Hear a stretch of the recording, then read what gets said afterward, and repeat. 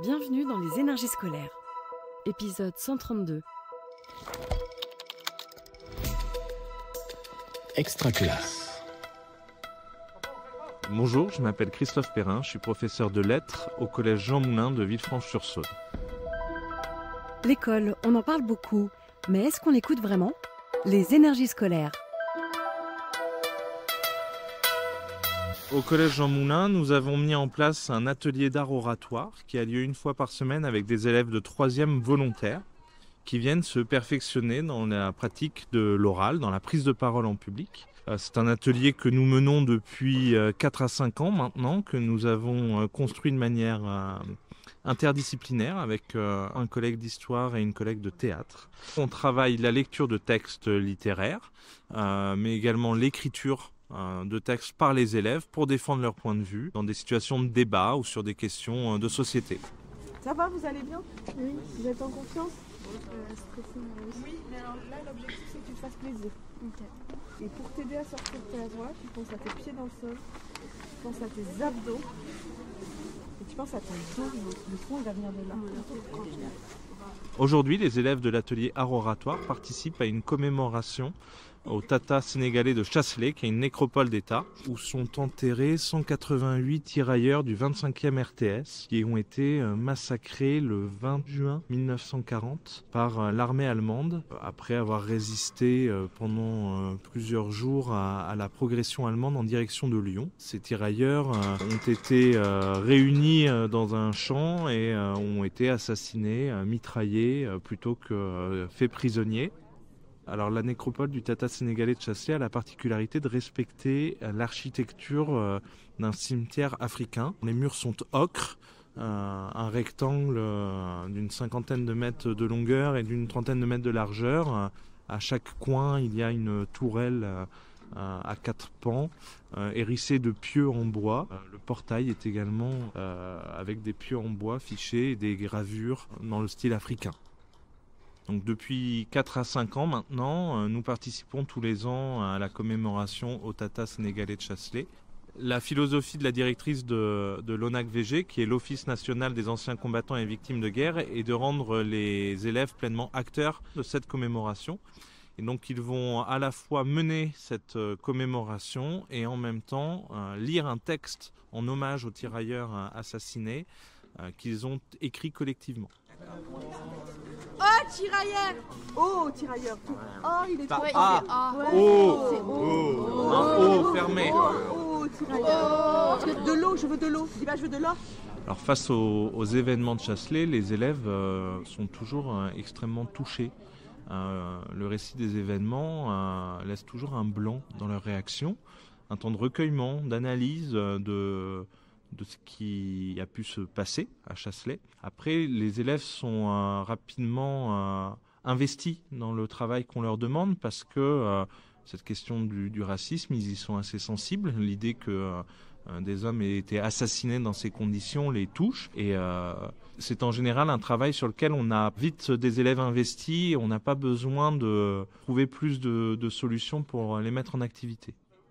Nous préparons dans ce cadre-là un exercice d'écriture, un atelier. Donc chaque élève va pouvoir écrire ce qu'il ressent. Alors on donne du vocabulaire, on s'appuie également sur des textes littéraires de Léopold Sédar Senghor, de Louis Aragon. Donc ce sont des outils, des béquilles qui permettent d'étayer l'écriture des élèves. Et puis évidemment, nous produisons également des consignes d'écriture volontairement pluriel pour que les élèves puissent choisir d'abord le point de vue ou la consigne d'écriture qui leur parle le plus, et puis pour aussi varier le résultat final et nous ouvrir des perspectives au moment de créer l'œuvre collective. On va leur demander d'adopter le point de vue par-delà la mort d'un tirailleur assassiné. On va leur demander en tant qu'adolescents d'aujourd'hui qu'est-ce qu'ils ressentent face à cet événement, où on va les mettre dans une position de témoin extérieur à la scène du massacre. Voilà. Et à partir de là, commence un travail de puzzle ou de couture. Et donc nous créons une œuvre collective produite par l'ensemble des élèves. Pour les élèves, participer à un tel atelier leur permet de travailler, alors évidemment des compétences d'expression orale, qu'ils vont pouvoir reconvoquer de manière très pragmatique dès la fin de l'année dans le cadre de l'oral du brevet. Mais travailler les arts oratoires en groupe, c'est aussi travailler une relation aux autres, relation de confiance, accepter le regard de l'autre. Adolescent, en effet, prendre la parole face à ses pairs ou face à des adultes peut être quelque chose d'assez compliqué parce qu'on est à un moment charnière de construction de soi dans lequel on doute, dans lequel on peut être en difficulté, et les adolescents, comme n'importe quel être humain, vont se retrouver dans des situations sociales dans lesquelles ils vont devoir défendre leur point de vue pour exister, pour faire exister leurs idées. Un des principes de la démocratie, c'est quand même le débat, l'échange, la construction collective de la société. Donc, prendre la parole, c'est participer au débat et donc faire vivre la démocratie. Mais prendre la parole juste pour prendre la parole, ça n'a pas forcément beaucoup de sens. Quand on parle, il faut avoir quelque chose à dire, il faut travailler ce qu'on a à dire, à la fois dans le contenu et dans la manière d'exprimer les choses pour les rendre plus percutantes.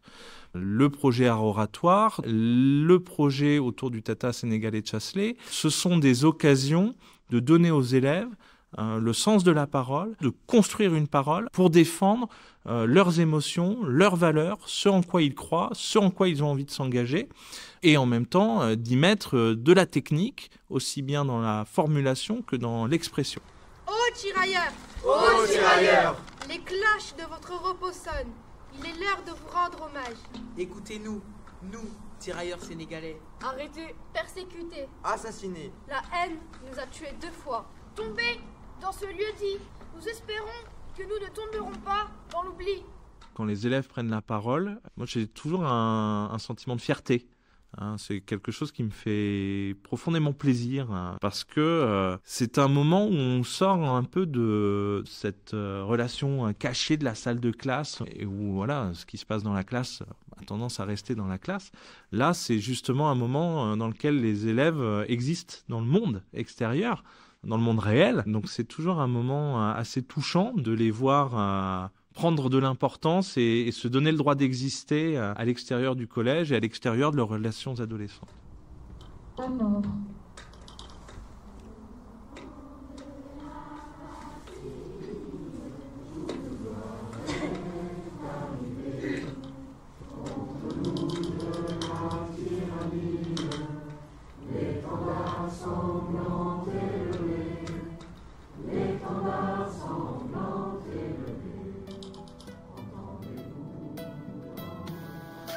Vous venez d'écouter un épisode des Énergies scolaires.